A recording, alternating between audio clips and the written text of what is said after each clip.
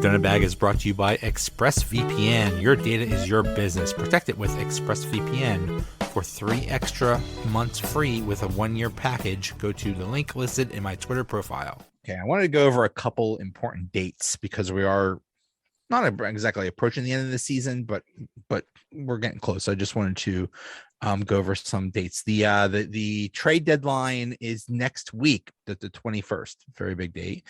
Then the season is going until the end of April, I believe, the 29th or 30th, and then the playoffs will start, I'm sure, soon after that.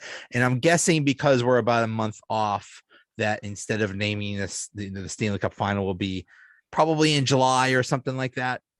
So the Penguins will win their first series in May, and then the second series they'll win in May, and then they will win the Eastern Conference Final sometime in June, and then they will win the Stanley Cup either in June or July. I don't know when the Penguins Stanley Cup parade is scheduled at this time, but do we want to, if you guys are coming up, do you want to crash at my house, or do you want to call for hotels or something? I don't know if you'll be busy, anything happening in June or July. So I don't know, but Pens are winning the Stanley Cup. I have a lot going on in June, my friend. I'll put you down as a maybe. I'm not going to lie. I'm just going to say this. Playoffs are not really going to be my priority this year. I will be lucky to be awake for a single playoff game. Yeah, you're going to have a fun time. I did not even renew my playoff tickets. I'm done. Probably smarts. April but Jen, 23rd is my last game. Jen, I got extra rooms if you want to come for the parade, because it's a certainty. Pens are winning the Stanley Cup, so this is just the next couple months are just a mere formality. I mean, come on. No, not to poke the bear, but even though they lost to Florida, I have to be devil's advocate here for a second. Okay, so then they could just avoid Florida in the playoffs. But I mean, they killed Tampa. avoid Florida in the playoffs. Florida scares the crap out of me. I think they scare the crap out of everybody. Joe Thornton's winning a Stanley Cup this year, guys. It's happening. I can actually see it. I mean, Florida is just they are stacked. Bobrovsky's back. I do appreciate your enthusiasm, Joe. I like that. And I don't know if you're being sarcastic or not, but I'm going to take it as enthusiasm because, this team could be good. This team could be really good. They're just not. They're not right now. And my biggest fear is if we were to face, say, Carolina, and we're not beating them in a best of 7. We're not. And that's the thing. Carolina yesterday was not on their A game. You could tell they were on the night before. So exactly. They were tired. They were on the second end of a back-to-back. The Pens were absolutely lackluster in the first period. I mean, it was like watching zombies skate. I know. I'm looking at your face, Jen. And I'm like, how are you playing like this against a team on the second end of a back-to-back who, used all their energy? Because Philly gave them everything they could. Yeah, it was a physical game because I watched the Carolina-Philly game on Saturday.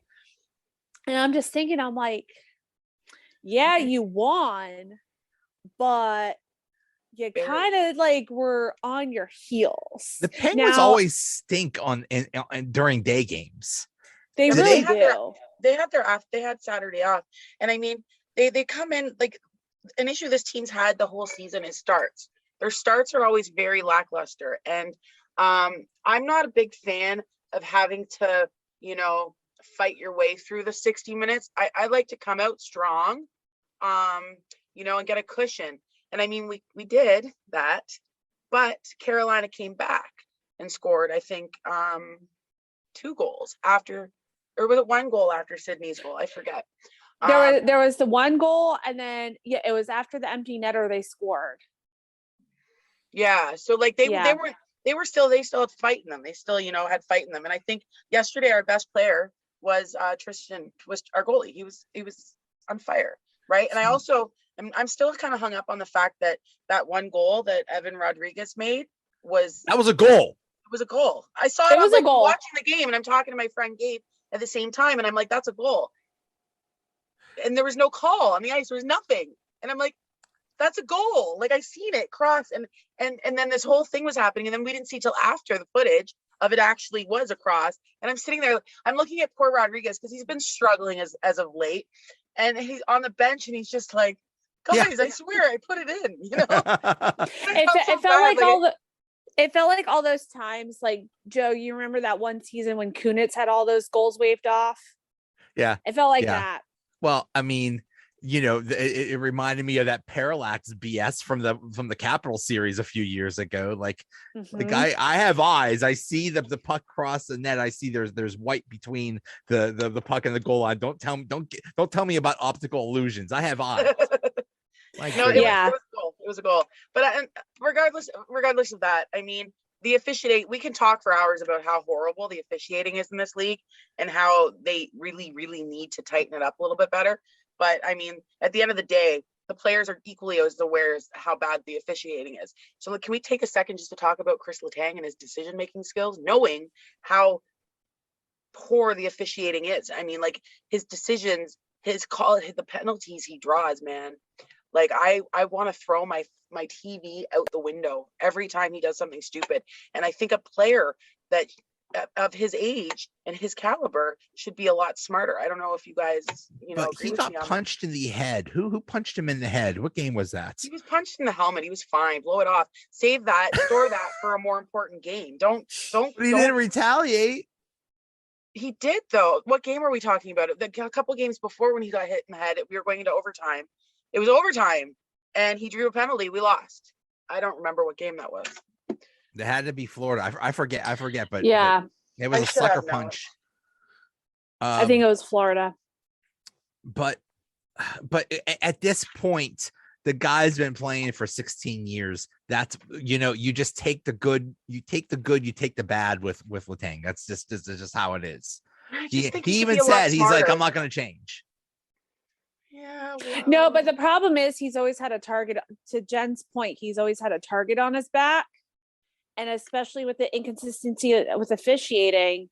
And we all know that officials have biases. Okay, they've interacted with players throughout the years. We know that there are intrinsic biases, even though they'll never admit to it. And Letang does have a reputation that precedes him. So he needs to be careful. But yeah. And if you're the other team, and it's like, hey guys, you want a free power play? Let's just piss off Letang because he's going to retaliate, and we know we're going to get a power play. So it's get Malkin, or get Malkin on a bad day. Same thing. Right. Yeah. Same thing. I mean, they've been playing for a decade and a half, and they're still doing the same thing. So it's like, you know what? You just you take the good, you take the bad, you take them both, and there you have Malcolm and Letang and the facts of life. Yep.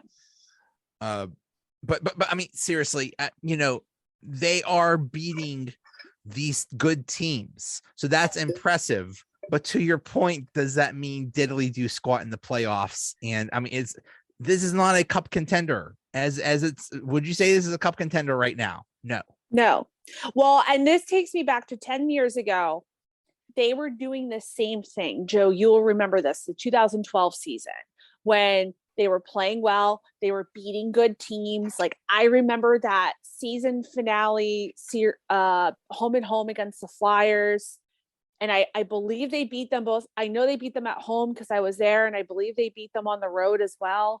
And they wound up playing Philly, and just looked terrible. It's almost, what this kind of reminds me of? It's almost like they're already laying all their cards out, saying, you know what? This is what we have. Whereas some other teams like Carolina, I actually don't think Tampa's in the conversation this year, so don't even worry about them right now. But I think like the Carolinas of the world, maybe the Capitals, the Bruins, and the Floridas, they're not laying all their cards out. They're being a little more conservative.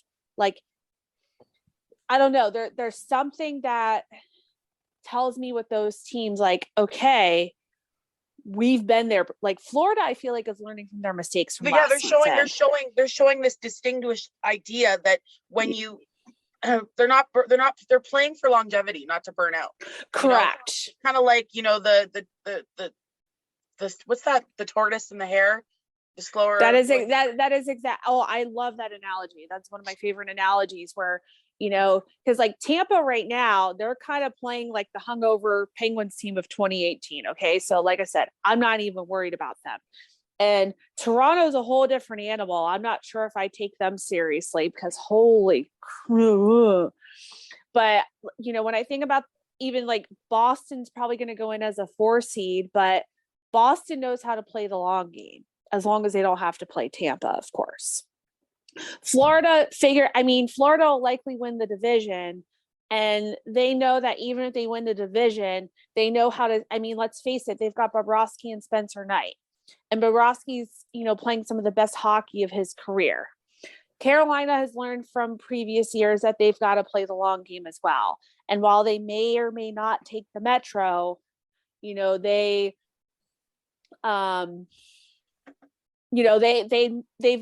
been there before. They've been to the Eastern Conference Final recently, and they want to get back.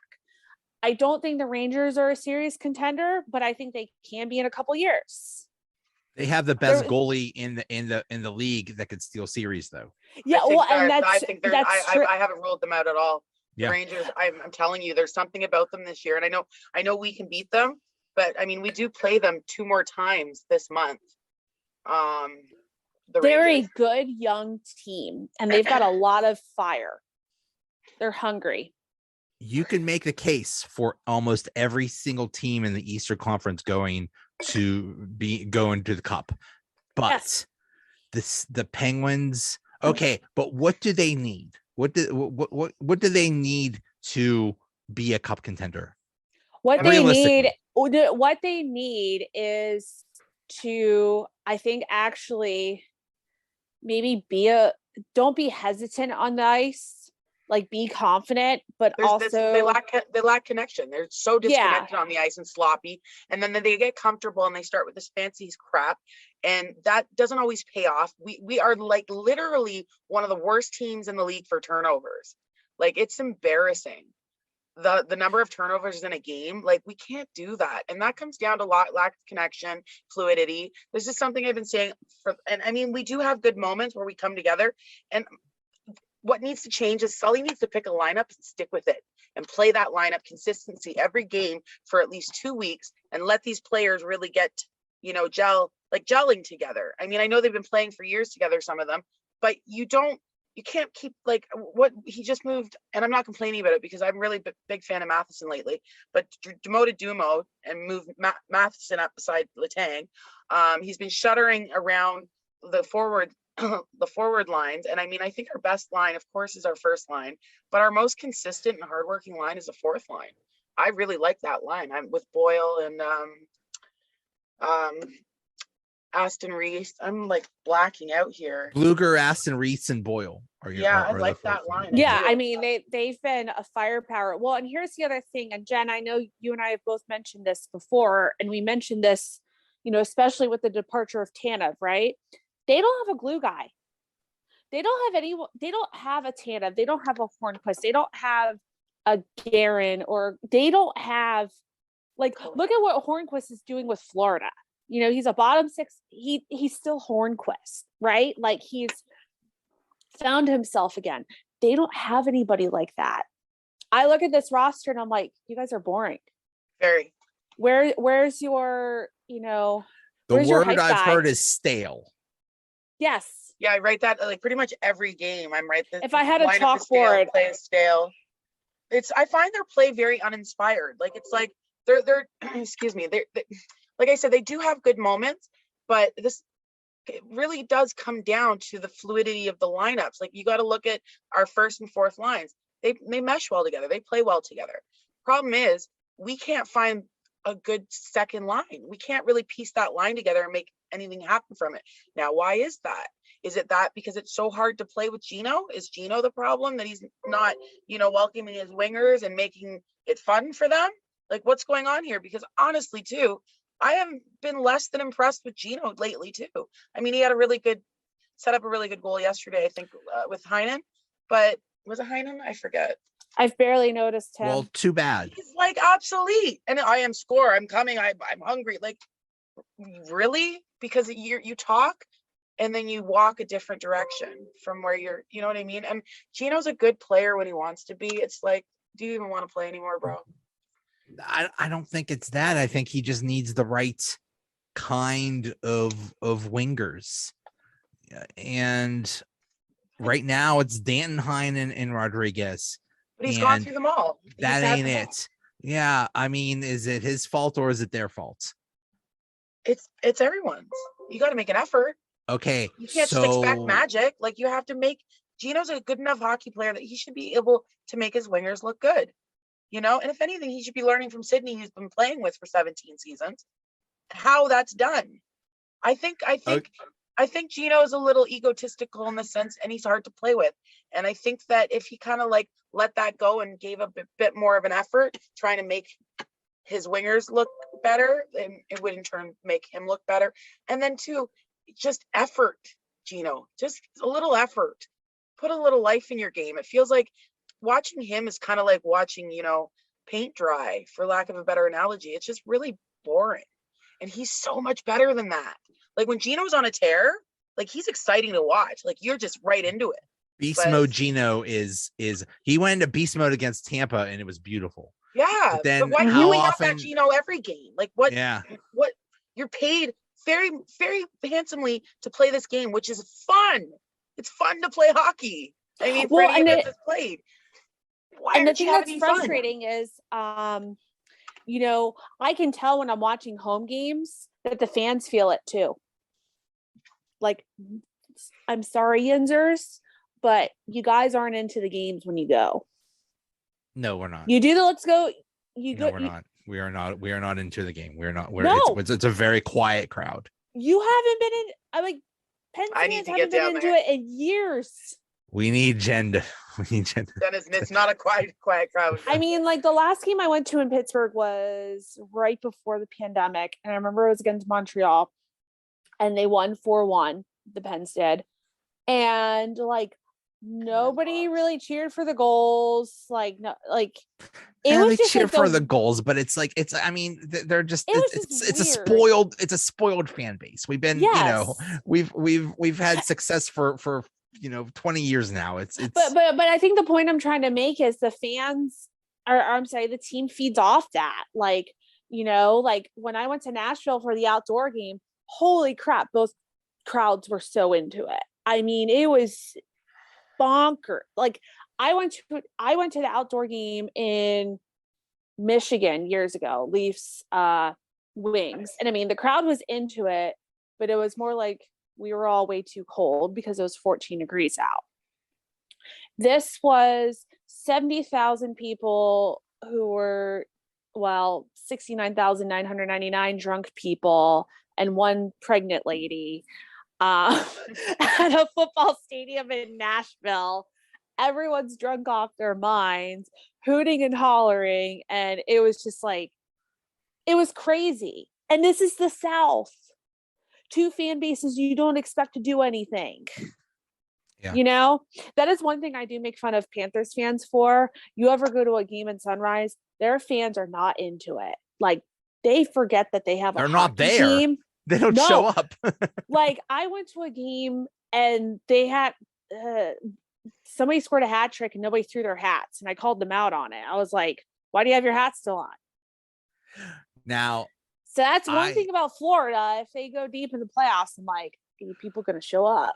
Not that I ever sit close enough to be able to throw my hat, but I mean, I paid good money for these hats. I don't know if I want to throw my hat during a hat trick. Sorry. Penguins gave out hats to throw on the ice. That's exactly what it like. There was one season, I think it was like 2009, 2010. I have one actually in my room. That was the running joke of it was all the giveaways, and it was like every game there was a giveaway. There was a hat trick. Nice. Like, there was like one game, it was like messenger bags. So like everyone threw the messenger bags. We'll give you something so you can throw on the ice when there's a hat that's trick, actually I've seen that before. The giveaways end up on the because people aren't Yeah. like that crazy about the giveaways are kind of cheap sometimes. So I wish more Well- people would do the teddy bear thing. Did you see that? I think Hershey does that.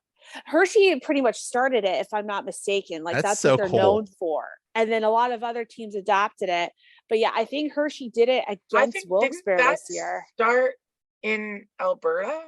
Or Maybe. at least here in the Didn't it? US, it started in Hershey. Like Yeah, Hershey's no, known they've for been it. doing that like forever at God, I'm blanking here. The Calgary Hitmen. Was it? I was gonna say one of the other ones, but Something. know a lot of They've been I teams- doing love it- that a lot of Brett the teams do Hitman it. Hart owns a hockey team and he calls Yeah. him the Hitman. That's so cool. Yeah, it was Because- that. It was that one. I'm pretty sure. Brett the Hitman Hart is a legend, but The teddy bear toss, but like it's crazy because some of the teddy bears get like really gigantic. They're so big. You see people trying to like push them over the glass. It's so great. I'm in for like promotions like that. I like that kind of stuff. yeah.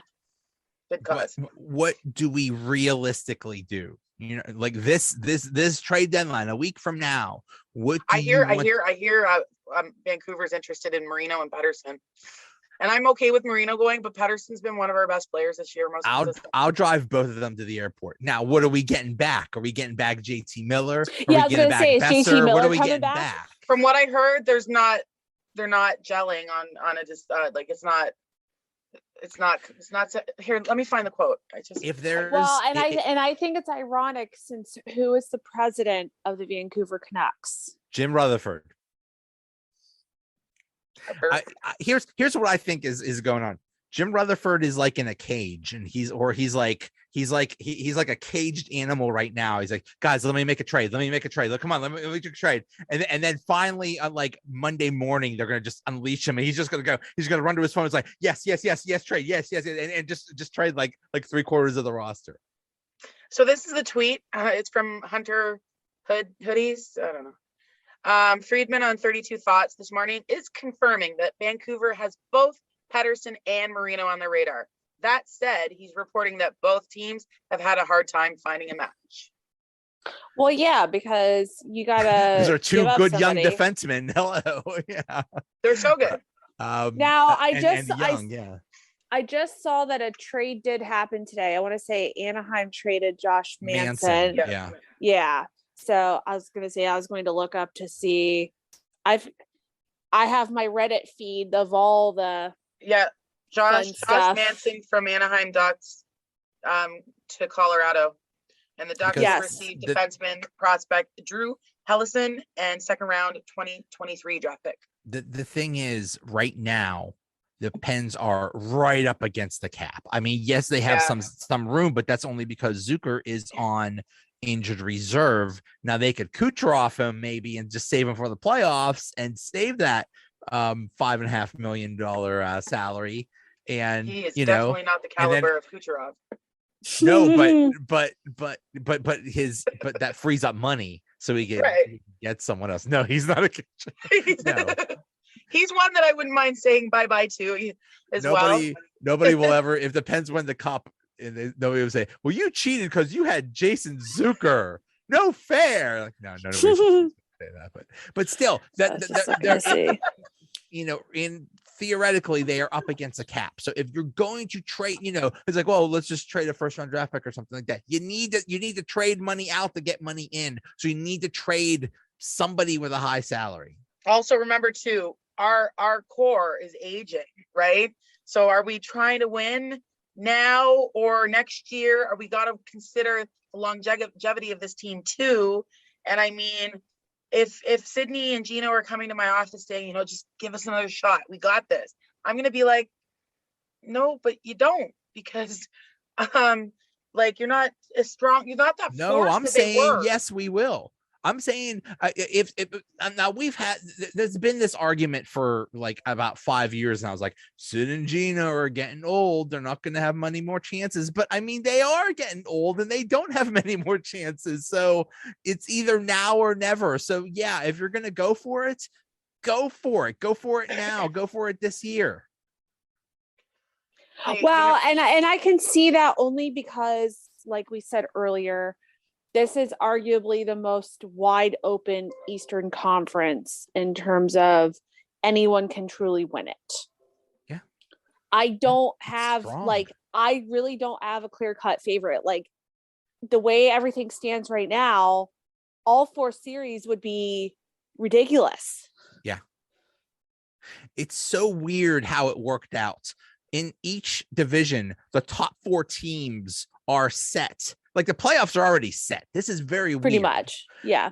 And the bottom 4 teams, like there's a big gap between the 4 best teams in each division and the lower 4 teams. So we know what the teams are.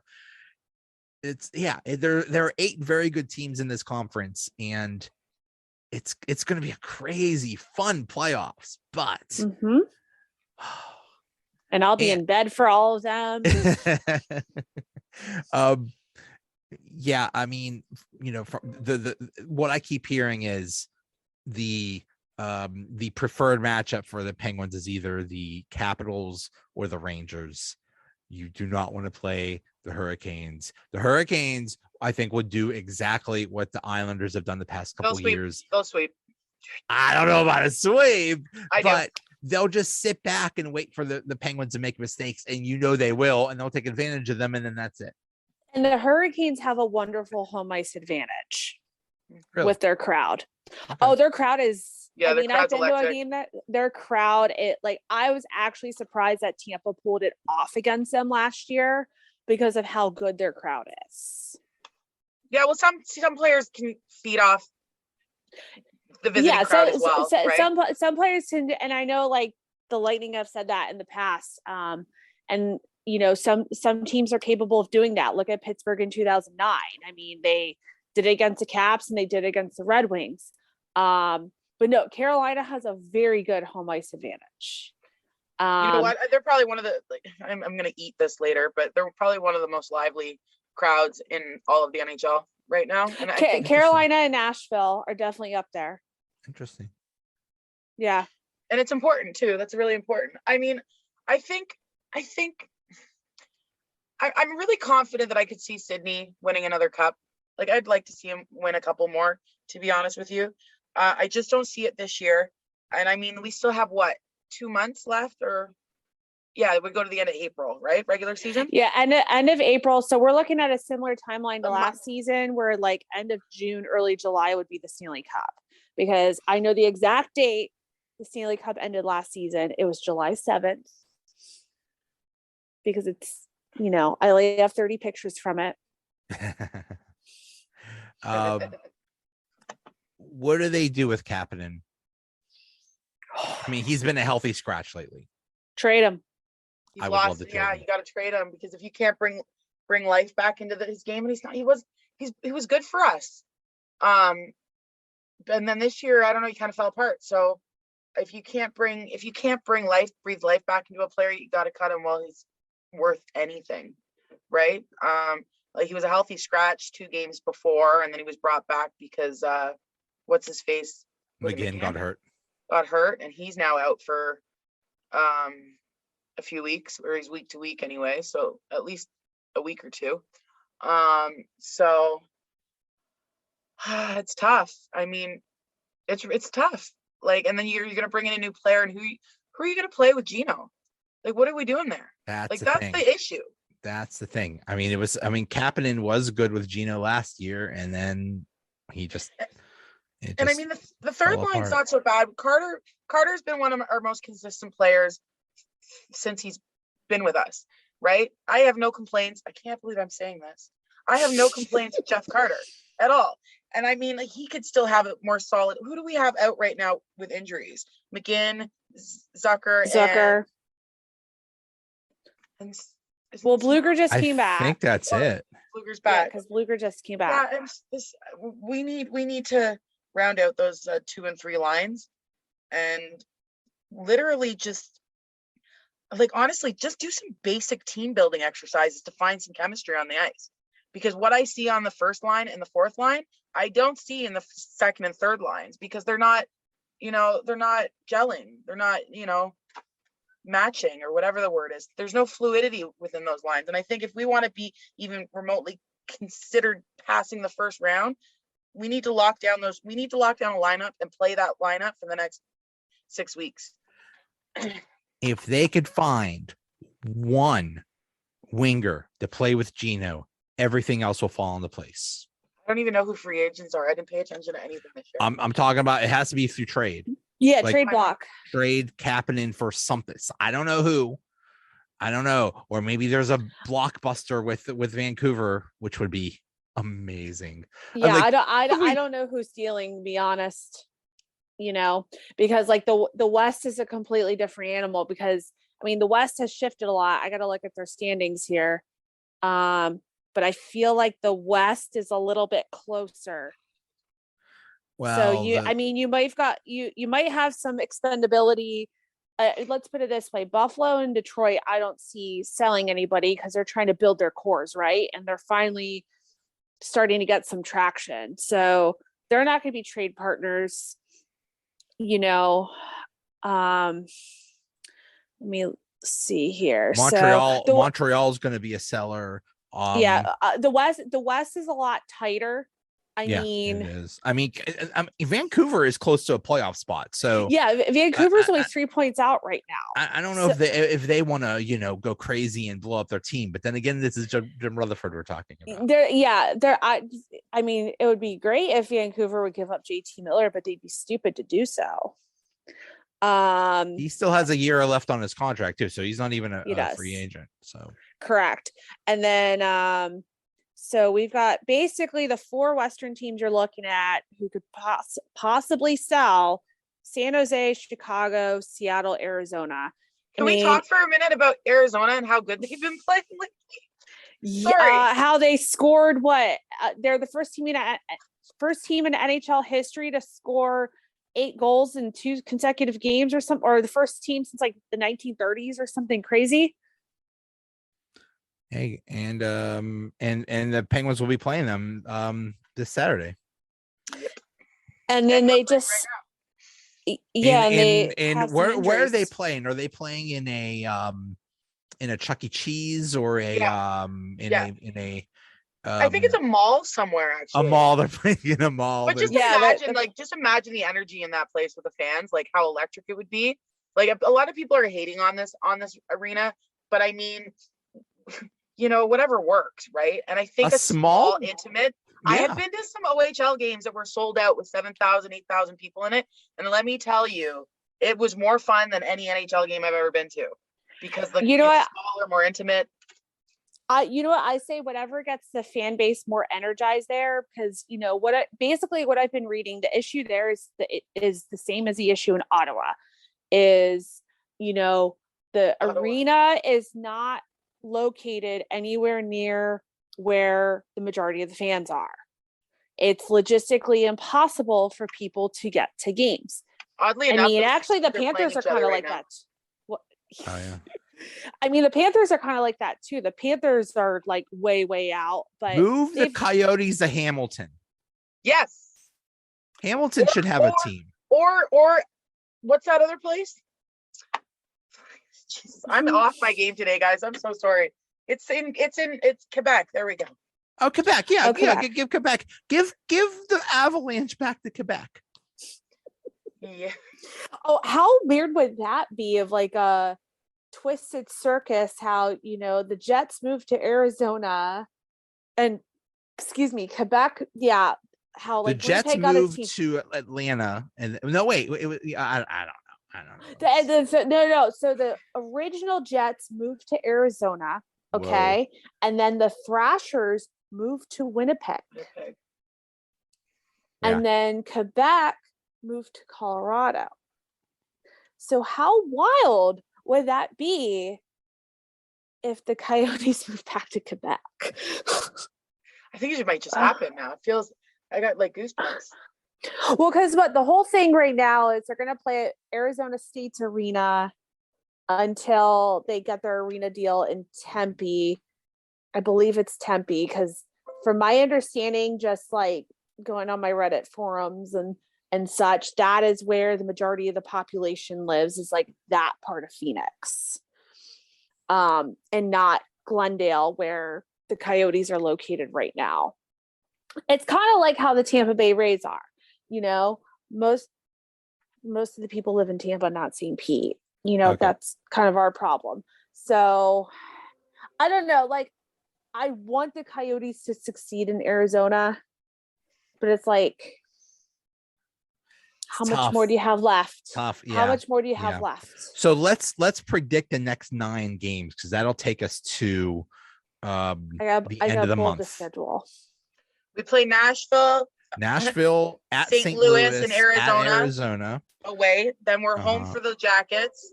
Then we're away for Buffalo, the Rangers. Then we're home for Detroit and the Rangers. And then we're away for Minnesota. Okay. I'm a visual person, so I gotta see this. So Nashville. I'm gonna be optimistic and say 6-3. Okay. But Jen's the one that's really good at this. I can't believe I was crushed last month. I feel like there are a couple toss-up games here, because like I'm looking at the Jackets and the Sabres, for example, and they've been playing much better hockey lately. And there are a couple early games thrown in there. I'm riding with Jen on the 5-4 because I've got the first 5 games right this month on the outcomes. So I have all my outcomes listed. Nashville and St. Louis are both tough, and I see them splitting it, like winning one and winning the other. They'll beat Arizona. I think they're going to split the Jackets Sabres. Yeah. The Rangers game for me is the toss-up. I have them winning one and losing one against the Rangers. Well, and we all know how the Penguins do at the Garden. It's usually not so hot. And then Minnesota is another tough one, because that's on the road. And Minnesota, I think, is an underappreciated place to play. Oh, that's really? another crowd. That's another crowd. They're pretty good. So what do you think? So I'm going 5-4, but I'm gonna say I actually would be surprised if there's almost like a skid involved, just because they're facing a lot of teams who are hungry. They're facing, you've got the Rangers twice, who are looking to better their playoff position. You've got Nashville and St. Louis, who are looking to level up.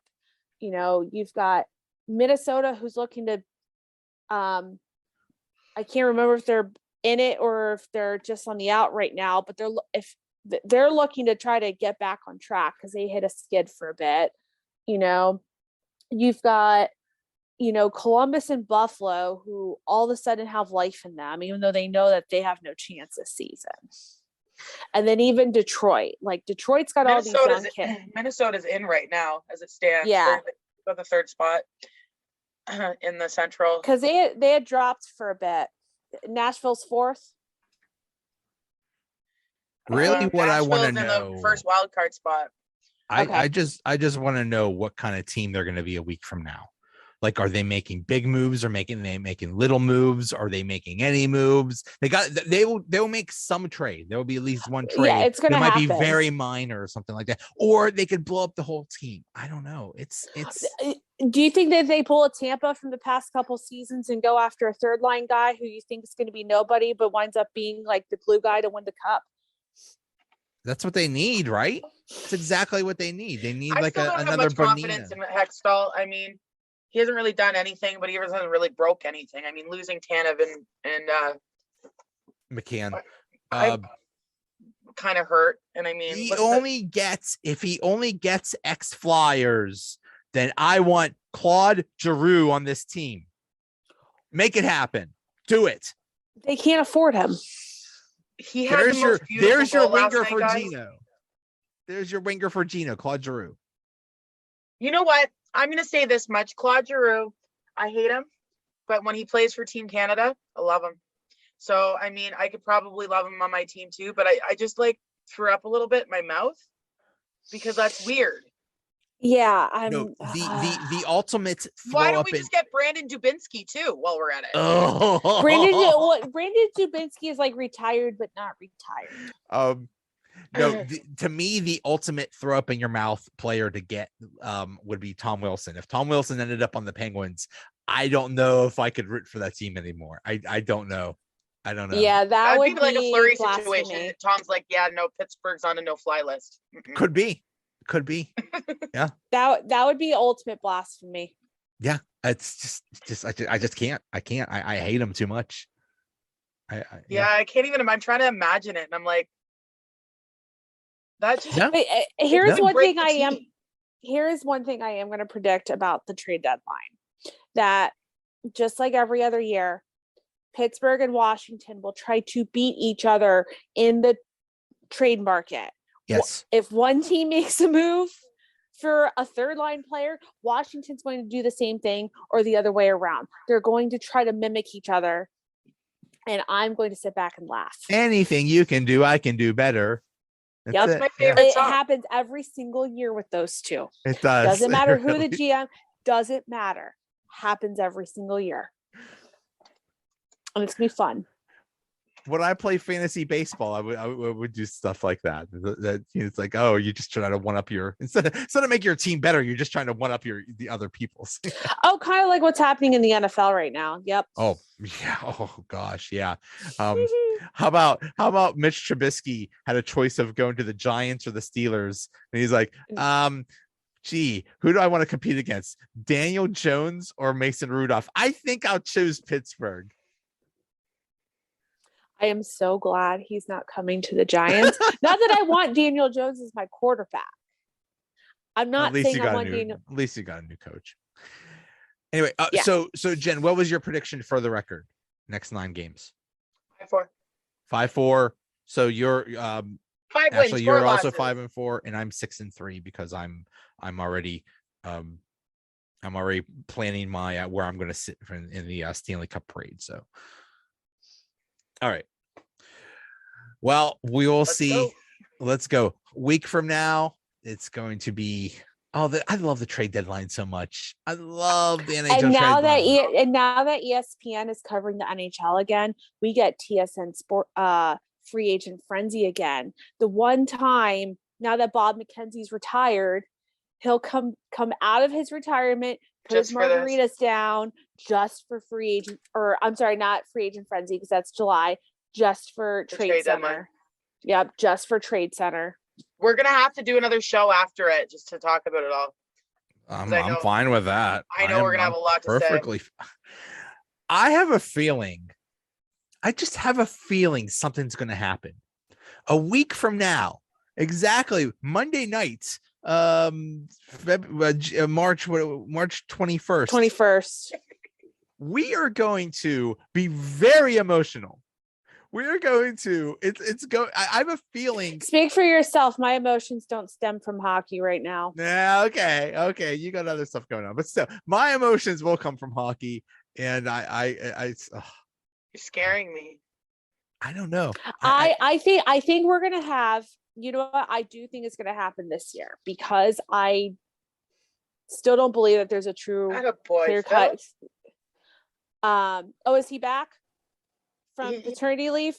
I don't know. He just did something fancy. Oh, you know, he has to be back because he's got to keep up his streak. No, I think we're going to see a trade that no one saw coming this year. And I'm not saying it's going to involve the Penguins. I'm just saying there's going to be someone traded who I feel like Connor McDavid to the Leafs. Sorry. the Leafs can't afford him. I know, but so many people are saying it. The Leafs already have a top tier player who's not a great leader as it is. They don't need a second one to boot. Tavares already has enough We really need. Do they really need problems. someone else that doesn't get out of the first round? I mean, Yeah, like Tavares already has enough players to babysit. He really doesn't need one more. And I can't believe I'm sitting here defending John Tavares, but here I am. yeah, I have a Leafs, feeling. guys, come on. I have a feeling something big is gonna happen. Either with the Penguins or someone else. It's Jim Rutherford. I'm telling you, they got him locked up in a cage right now, and they're just gonna unlock the door, and he's just gonna go. He's gonna make like 20 trades. And here's somebody.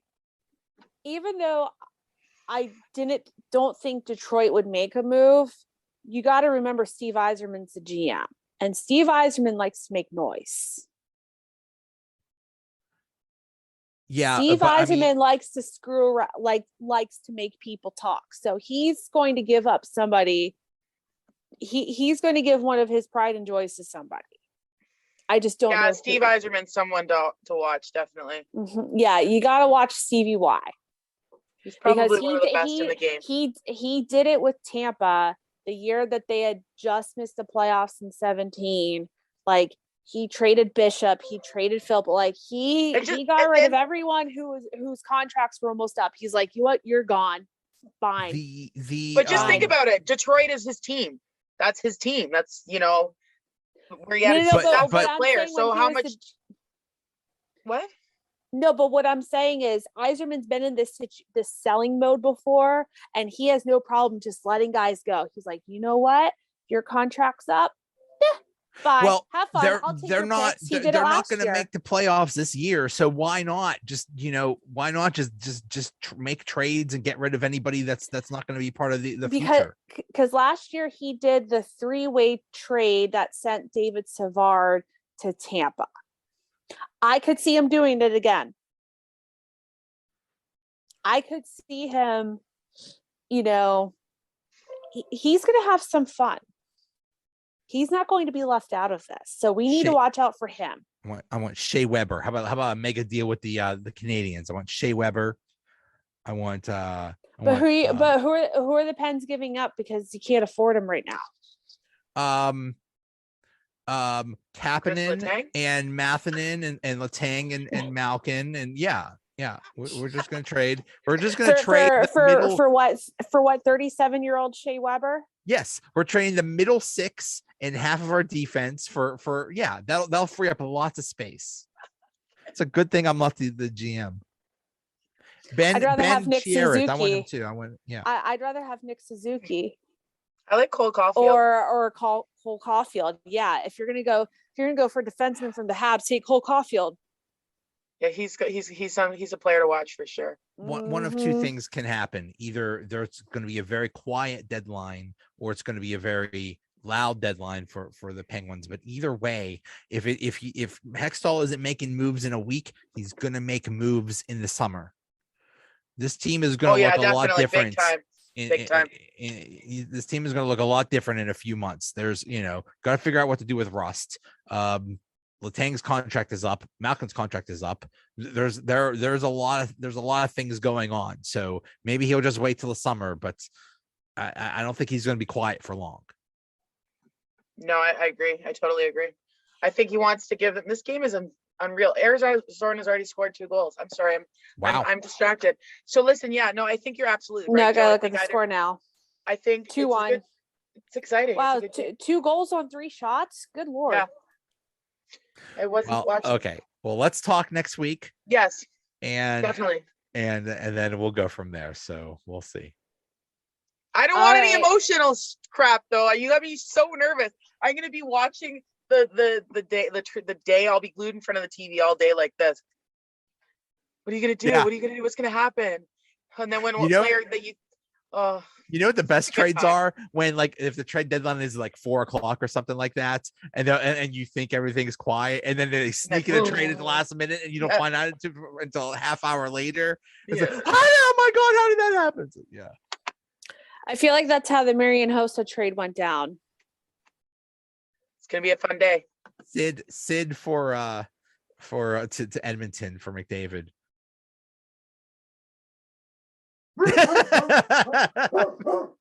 Yeah, even your dog hated that deal. You're getting yelled at. The dog's like, "No, Joe." The dog is on his way to Pittsburgh to bite me. So yeah. All right, guys. Good talk. We'll talk to you next week. All right. Bye. Bye, guys. Bye.